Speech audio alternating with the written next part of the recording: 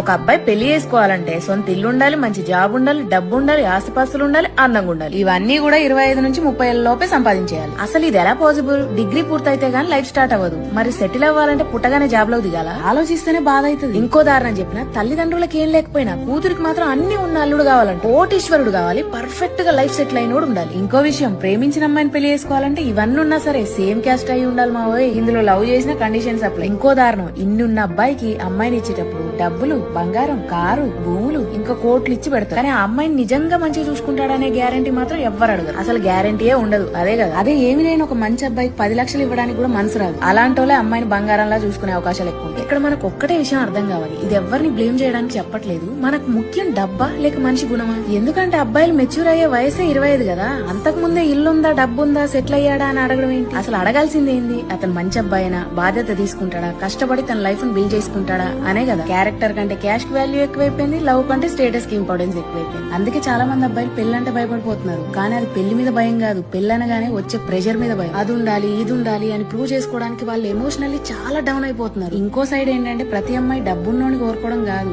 ఆమె కావాల్సింది సేఫ్ గా ఫీల్ అయ్యే మనిషి, రెస్పెక్ట్ ఇచ్చే మనిషి, అర్థం చేసుకునే మనిషి. కానీ ఫ్యామిలీ, సొసైటీ ప్రెషర్ వల్ల చాయిస్ కూడా చాలా సార్లు కన్ఫ్యూజన్ గా మారిపోతుంది. ఇంకొంతమంది అయితే అసలు పెళ్లే కావట్లేదు, అవుతుందో లేదో గ్యారంటీ లేదని సూసైడ్ చేసుకునే వాళ్ళు కూడా ఉన్నారు. అందుకే ఇప్పుడు చాలా మంది సింగిల్ లైఫ్ సో బెటర్ అంటున్నారు. చివరిగా చిన్నదాన్నైనా ఒక పెద్ద మాట చెప్తాను. నా అన్నలు, తమ్ముళ్ళు, బయట ఉన్న చాలా మంది అబ్బాయిల తరపున నేను పెద్దవాళ్ళకి చెప్పేది ఏంటంటే, ప్రేమ అంటే మనిషిని ఎంచుకోవడం, ప్యాకేజ్ ని కాదు, భరోసాని ఎంచుకోవాలి, భయాన్ని కాదు. ఏమంటారు?